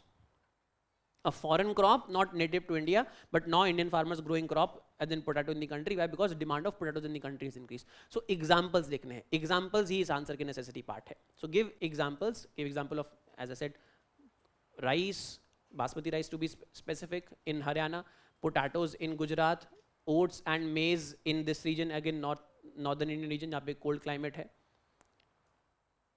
Clear है? इस तरीके से हमको आंसर लिखना है. एग्जाम्पल्स के साथ लिखेंगे. That is how we conclude this answer. हाँ जी बोलो.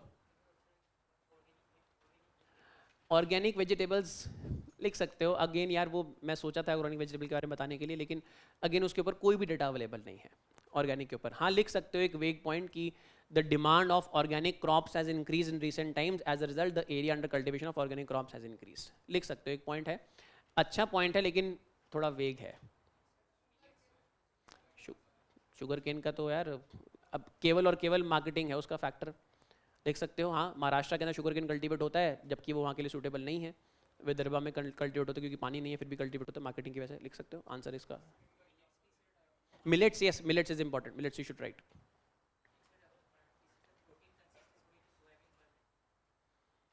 डेटा है सब्सटेंशिएट करने के लिए, नहीं है ना, तो मतलब ठीक है वो लिख सकते हो चीज़ें.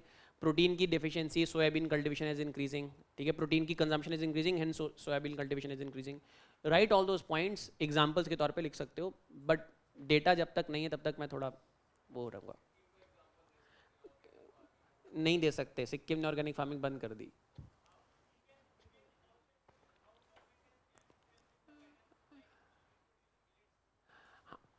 Government introduces procurement policies and government says we are going to give assured procurement of millets, hence farmers start cultivating millets, right? हाँ बिल्कुल लिख सकते हो. ठीक है, ठीक है, चलो लास्ट सवाल करते हैं. हाँ एक और सवाल है, पता है, बोलो क्या. 11th किया नहीं discuss. Oh sorry, okay.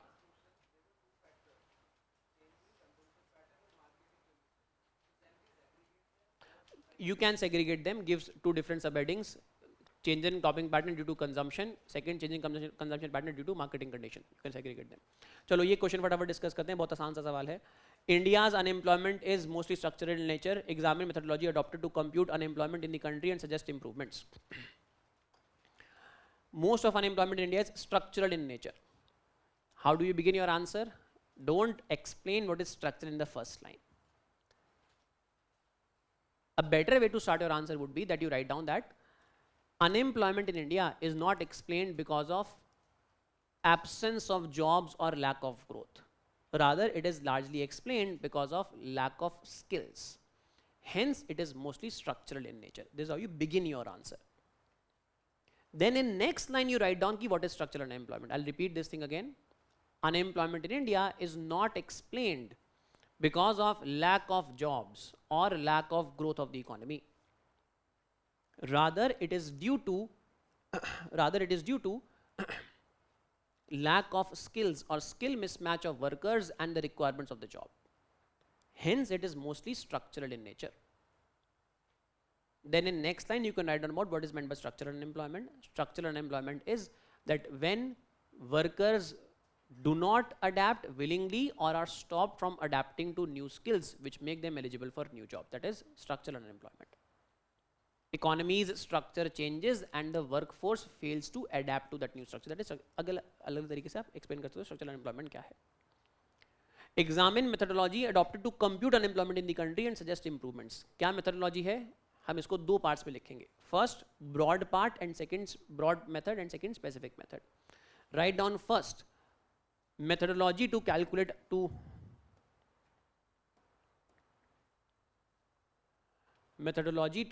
unemployment. Just a second. Methodology, इसके अंदर लिखो फर्स्ट ब्रॉड एस्पेक्ट क्या है. Broad aspect is lay down a standard, second sample and collect information from the sample, third apply the standard.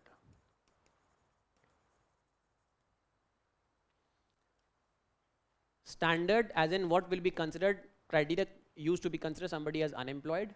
Second part, create a representative or diverse sample of the population and collect the standard relevant information from the sample. And third, apply the standard to categorize somebody as employed or unemployed. What criteria do we use? फिर उसके बाद specifically लिखेंगे. This is broad methodology as in broad aspect, and then specifically क्या लिखना है हम? Specifically there are two standards used. One is USPS approach and second is CWS approach. NSSO carries out PLFS, periodic labor force survey. NSSO PLFS carry out करती है हर साल, जिसमें NSSO unemployment पता करती है using two approaches, usual status, principal status approach and the current weekly status approach. Write down in 2 lines each कि क्या क्या समझते हो इस अप्रोचेस से. USPS क्या है, यहाँ पे मेजॉरिटी टाइम क्राइटेरिया है, एंड CWS क्या है, जहाँ पे लास्ट 1 वीक का स्टेटस है, करंट वीकली स्टेटस, जहाँ पे you assess unemployment using last 1 week status during last 1 week. Were you able to get work? मालूम है ना सबको USPS क्या है और CWS क्या है. Majority time during last 1 year, for majority of time were you able to find work or not, and CWS during last 1 week were you able to find work for at least 1 hour on any one day or not. पिछले एक हफ्ते में किसी भी एक दिन आपको क्या 1 घंटे के लिए काम मिला या नहीं मिला, that is CWS approach. तो ये 2 approaches जो NSS इस्तेमाल करता है. This is the methodology that it uses. First, write down the broad method that we lay down the standard, as in when will we consider somebody to be employed or unemployed. Second, write down we have to construct a representative diverse sample of the population. From that sample, collect the standard relevant information, then apply the standard on that sample. Then write down the specific approach is, the specific method is, we have 2 standards to consider somebody to be employed or unemployed. One is the USPS approach, where we consider somebody to be unemployed if a person was not able to find work for majority of time during last 1 year. Second is CWS approach, where we consider somebody to be unemployed if person was not able to find work for even 1 hour on any one day during last 1 week. 1 घंटे भी काम नहीं मिला तो आप CWS पे unemployed हो. अगर आपको पिछले 1 साल में मेजॉरिटी टाइम काम नहीं मिला तो आप USPS के ऊपर अनएम्प्लॉयड हो. तो ये 2 अप्रोचेस NSSO इस्तेमाल करता है. Suggest, examine the methodology. You have written down the methodology, then write down issues in this method, and then you have to write down the steps that can be taken, steps for improvement. क्या issues हैं हमारे current methodology के अंदर? One is that unemployment numbers are collected on a highly infrequent basis. 1 year is too long a time to get to know about unemployment. So unemployment हमको और frequently पता होना चाहिए. So one is infrequency. Second, sample. The sample that we have may not be representative of the population. The sample might not reflect the diversity of the population in the correct proportion. अगर हमारे sample में for example country में rural population 68% है और sample में rural population 72% है, तो इसका मतलब sample हमारा rural population की तरफ biased है. कंट्री में तो रूरल पॉपुलेशन 68% है 2011 सेंसस के अकॉर्डिंग, वर्सेस सैंपल में रूरल पॉपुलेशन 72% है. Because of this your sample becomes biased towards rural population और नॉट, सैंपल के अंदर ज़्यादा है. Hence your sample is not representative of the population in correct proportion. That is the second problem with the current method. Third, recall period. Recall period is high. USPS approach usual status में मैं आपसे क्या पूछ रहा हूँ कि बताओ पिछले 1 साल में कितने दिन काम ढूंढा और कितने दिन काम मिला. तो क्या आपको याद रहेगा कि आपने आज से 8 महीने पहले काम ढूंढा था कि नहीं ढूंढा था. This is recall period. I give you time period of last 1 year. Tell me during last 1 year for how many days were you able to were you looking for work and were you able to find work. Since recall period is long, hence it becomes, the responses become inaccurate. That becomes another problem with the current method. And finally the problem is, how do you collect this data? Is the data collected in some digital manner so that it can be accurately compiled, or is it collected on pen and paper? Then it leads to errors of human judgment, or it leads to human errors there. So how do you collect data? That becomes another problem in this unemployment statistics calculation. So we have identified 4 broad problems here. क्या क्या problem है हमारी? First problem is infrequency. Unemployment numbers not available at frequent intervals, available at a long interval. Second problem is sample is not representative of the diversity of the population in the correct proportion. Second problem. Third problem is long recall period. Recall period is long and hence responses are less accurate. Fourth, how do you collect data? Do you collect it using digital means or do you collect it using pen and paper? If you collect it using pen and paper, then it is prone to human errors. Recording and compiling is prone to human errors. So these are 4 broad problems that we identified in unemployment statistics collection. How can you address them? Suggested improvements. We can leverage technology to collect data more frequently. Digitalisation के अंदर हम इसको इस्तेमाल कर सकते हैं. People can let the government know on a daily basis whether they were able to find work or not able to find work, whether they were looking for work. That means we can get unemployment numbers on a far more frequent basis. You can shorten the recall period. For example, visit the households more frequently. Rather than visiting just once in a year, visit them once in a month or once in a quarter, so that recall period gets shorter, and then you are able to add them up over 1 year and hence get more accurate responses there. Use technology, for example, use tablets in order to collect information so that it can be compiled in an accurate manner. So through such make sure that you use other results of various other surveys to make sure that your sample is well representative of the population. तो इस तरीके से हम ये suggested improvement लिख सकते हैं. जो हमने problem identify किए हैं उन्हीं के corresponding suggested improvements हम लिखेंगे. ठीक है, ये स्ट्रेट फॉरवर्ड सवाल है, टेक्निकल सवाल है. अगर आता है तो अच्छी बात है, नहीं आता है तो अब तुमको पता चल गया क्या है. अनएम्प्लॉयमेंट कैसे मेजर करते हैं सबको समझ में आ गया क्या है. How do we measure with this broad method and specifically US approach and CWS approach. Issues हमने आइडेंटिफाई कर लिए क्या 4 इश्यूज हैं broadly, and how can we address those issues like this, right. This how we measure unemployment.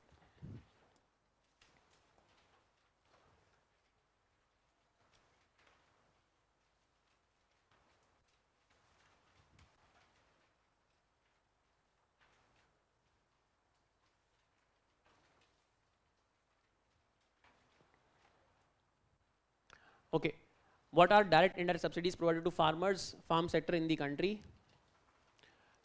Discuss issues raised by WTO in relation to agriculture subsidies. Direct indirect subsidies provided to farm sector in the country. Straightforward सवाल है.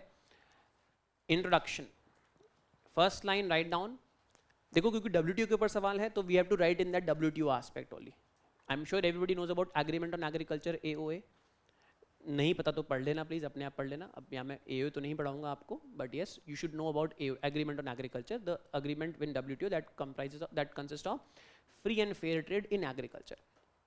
So how do you begin your answer? A good beginning would be that you write down that being a member of WTO, a country is expected to pursue free and fair trade, which extends to agriculture as well.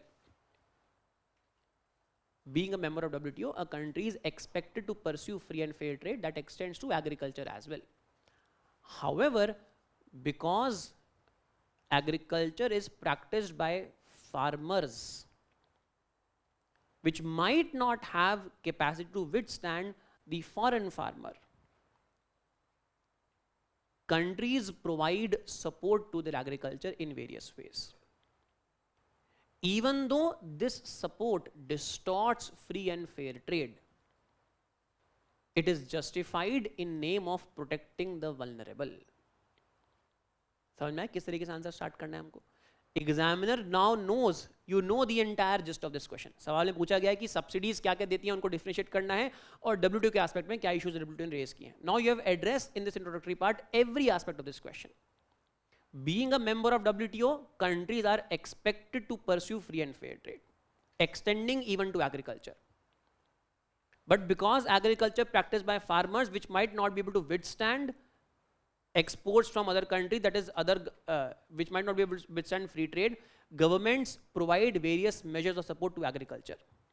And this support, even though violative of free trade, is justified in name of protecting the vulnerable, that is the farmer. You have explained this entire question in this first paragraph itself. Then give a subheading, subsidies provided by the government. Write down direct subsidies, second indirect subsidies. Answer में clearly लिखो, आसान सी चीज़ है. Write down subsidies provided, direct, explain what is direct, give example of direct. Second, indirect, explain what is indirect, give example of indirect. What is direct? Direct is when benefit is provided directly to the farmer. Farmer gets the benefit in form of money. Versus indirect, farmer gets the subsidized product, that is a good or a service. The money for that good or service goes to somebody else, but farmer gets a subsidized product. Farmer gets the product versus farmer gets the cash in hand. जब farmer को cash मिलता है, we use a term, very important term that should be part of your answer, something called as agency.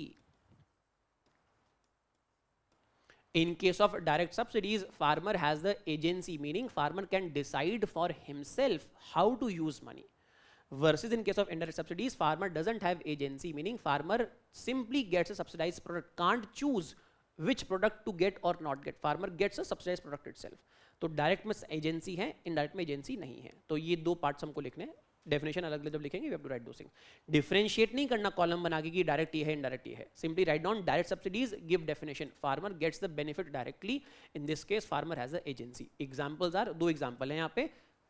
One, direct transfers to farmers, write down PM Kisan scheme, and second, price support in form of MSP. ये हमारी दो direct subsidies हैं. Second part, indirect, write down the definition. Farmer gets a subsidized product, not the subsidy amount. That means farmer does not have the agency here. These includes various aspects such as fertilizer subsidy, subsidized fertilizer, the subsidy given to the producer. Farmer gets subsidized loans. The bank gets the full interest rate, but government bears that cost. Farmer pays only some part of that cost. Subsidized seeds, subsidized power, subsidized water. These are all examples of indirect subsidies given to the farmer. जहाँ पे farmer को एक subsidized product मिल रहा है. Amount किसी और को मिल रहा है, farmer को एक product मिल रहा है. That is indirect subsidies. Write those things down. Discuss issues raised by WTO in this relation to agriculture subsidies. क्या क्या issues हैं? यहाँ पे हमको issues लिखना पड़ेगा about fairness of subsidies. You have to mention about AOA here, Agreement on Agriculture here. Under AOA, countries are supposed to limit their trade distorting subsidies. कौन से box में होती हैं? Amber box. Countries are supposed to limit their amber box subsidies, meaning those are trade distorting in nature. Because they distort trade, hence they have to be limited. India and other developing countries negotiated for a permanent peace clause. Peace clause में क्या है? Even though country limit है amber box में developing countries के लिए that they are going to not give subsidies more than 10% of their agriculture production value. India produces agricultural output worth 10,000 rupees this year. 10,000 का 10% कितना हुआ? 1,000 रुपए. तो India एक साल में कितनी एग्रीकल्चर सब्सिडी दे सकता है? मैक्सिमम 1,000 रुपए की, जो कि ट्रेड डिस्टॉर्टिंग इन नेचर है. नॉट अदर तो दे ही सकता है, बट ट्रेड डिस्टॉर्टिंग जो एम्बर बॉक्स में वो मैक्सिमम 1,000 रुपए की दे सकता है. It can be 1,000 rupees of subsidy there. So India gives a subsidy more than 1,000 rupees, let's say 1,500 rupees, meaning we are in violation of our AOA commitment, WTO commitment की violate कर रहे हैं. Because we are violating, other countries will go against us at WTO. Because they are going against us at WTO, therefore we will have to take some corrective measures in that case. We have to reduce our subsidy. India negotiated for something called as peace clause. मतलब peace. Nobody is going to go against us even if we violate our commitments. But in return, we said that two things. One, we are going to rationalize our subsidies in some time. And second, we are going to give proper disclosures, transparently disclose what are the various subsidies that we are giving. Transparent disclosure करेंगे और समय से उनको हम कम कर देंगे, rationalize कर देंगे. इस बदले में हमको एक peace clause मिला. We were allowed to violate this AMS amber box commitment. We are allowed to violate. In return, we said that we are going to rationalize soon. And second, we are going to transparently declare these subsidies. What subsidies we give for what purpose. But recently what has happened is WTO has said that India is not cooperating. One, India may not be reducing these subsidies, but is actually increasing these subsidies. Give example of Garib Kalyan Yojana, Pradhan Mantri Garib Kalyan Yojana. Under Garib Kalyan Yojana, because government is distributing food grains to more number of people, therefore it is procuring more food grains now. Because it procures more, therefore government gives more MSP support to the farmers. As a result, total subsidy outgo rather than decreasing has actually increased. Why? Because of number of beneficiaries covered has increased. Second, India has not been transparent. According to WTO, India has not been transparent in declaring what all various subsidies we are giving. Since we have not been transparent, therefore other countries have said that we can't give this peace clause permanently. India will have to declare its subsidies, what subsidies for what purpose you are giving, at least declare karo. But we have not been declaring, we have not been transparent, hence there's a problem that WTO raised against this thing. So these are WTO issues that have been raised in relation to agriculture subsidies. Argue them from the point of view of fairness of subsidy, whether subsidies are allowed or not. India restricts exports, basmati exports हमने restrict कर दिया. India gives export subsidies distorting international trade. India gives many subsidies to the farmer, direct and indirect subsidies, resulting in reduced cost for the farmer, which results in price of agriculture products being less in the country, the price at which our farmers can sell being less in the international market. So India distorts agriculture trade.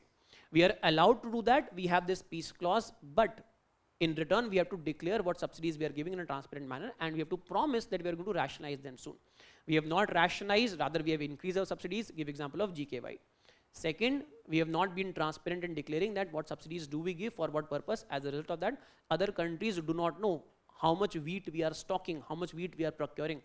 We do not disseminate this information in a timely manner. Therefore, a problem of transparency as well. These are WTO issues raised in respect of India's agri subsidies. Clear to everybody?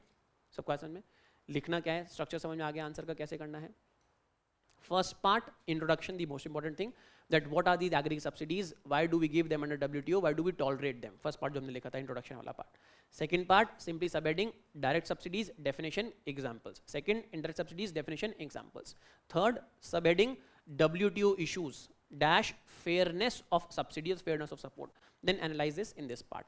Agreement on agriculture, amber box subsidies and requirement in return for this peace clause. Peace clause mention होना चाहिए answer के अंदर, AOA mention होना चाहिए, amber box mention होना चाहिए और 10% of agriculture production value mention होनी चाहिए. ये चीज़ें necessary हैं जो आंसर में होनी ही होनी चाहिए. आसान आंसर है. If you write this in this structured manner, you shall be able to write lot of content and get good marks for this content. Fine? चलो, हाँ बोलो. How many lines for what? हाँ, introduction में कितनी line होनी चाहिए? Introduction के अंदर मैक्सिमम 3 होनी चाहिए, maximum 3 lines, 3 sentences, maximum 3 sentences. लेकिन हाँ, अगर नंबर ऑफ लाइन्स बोल रहे हो तो it should not go beyond half a page. Half page से ऊपर नहीं जाना चाहिए. हाँ, up to half page is good enough. No, 6-7 lines और इन सेंटेंसेस. सेंटेंस हाँ इतना ठीक है यार. This is fine, this perfectly fine introduction. perfectly fine, no it's perfectly fine. देखो, your introduction must be more relevant, that is more important. introduction में आप जबरदस्ती चीजें ऐड नहीं करना, ठीक है? बोलो पीछे क्या बोल रहे थे? farm insurance, will it come under WTO subsidies? किस में आएगा आप बताओ, किस में आएगा? Indirect में आएगा. Farmer gets insurance at a subsidized premium. Government pays part of that premium. So farm insurance is part of indirect subsidies, not direct subsidies. ठीक है? Any other questions anybody has? हाँ जी बोलो.